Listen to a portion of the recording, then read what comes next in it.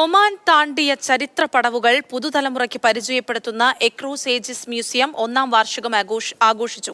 4.5 ലക്ഷത്തോളം പേരാണ് ഒറ്റ വർഷം കൊണ്ട് മ്യൂസിയം സന്ദർശിച്ചത്. കഴിഞ്ഞ വർഷം മാർച്ച് 13-നാണ് ഒമാൻ എക്രോസ് ഏജസ് മ്യൂസിയം ഭരണാധികാരി സുൽത്താൻ ഹൈതം ബിൻ താരിഖ് രാജ്യത്തിന് സമർപ്പിച്ചത്. ധാക്കലിയ ഗവർണറേറ്റിലെ മനാ വിലായത്തിലാണ് മ്യൂസിയം. 4,50,000-ത്തിലധികം സന്ദർശകർ ഇതുവരെ മ്യൂസിയത്തിൽ എത്തിയെന്നാണ് കണക്ക്.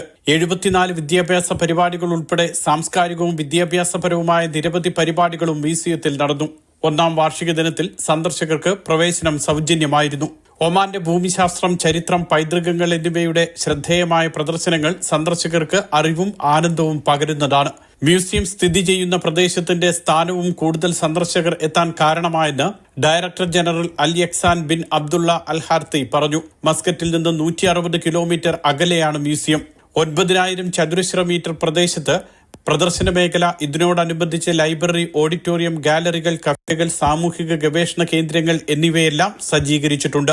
അത്യാധുനിക സാങ്കേതിക വിദ്യകൾ ഉപയോഗിച്ചുള്ള ഓഡിയോ വിഷ്വൽ വിവരണത്തോടെ രാജ്യത്തിന്റെ ശ്രദ്ധേയമായ മുന്നേറ്റങ്ങളുടെ നീണ്ട ചരിത്രമാണ് നവോത്ഥാന ഗാലറിയിൽ ഒരുക്കിയിട്ടുള്ളത്. 60 അതിൽ കൂടുതലോ വയസ്സുള്ള മുതിർന്ന വ്യക്തികൾ, 6 വയസ്സിൽ താഴെയുള്ള കുട്ടികൾ, 20 വയസ്സോ അതിൽ താഴെയോ പ്രായമുള്ള വിദ്യാർത്ഥികൾ എന്നിവർക്കെല്ലാം പ്രവേശനം സൗജന്യമാണ്. Mathrubhumi news, Muscat. ദുബായിലെ പ്രമുഖ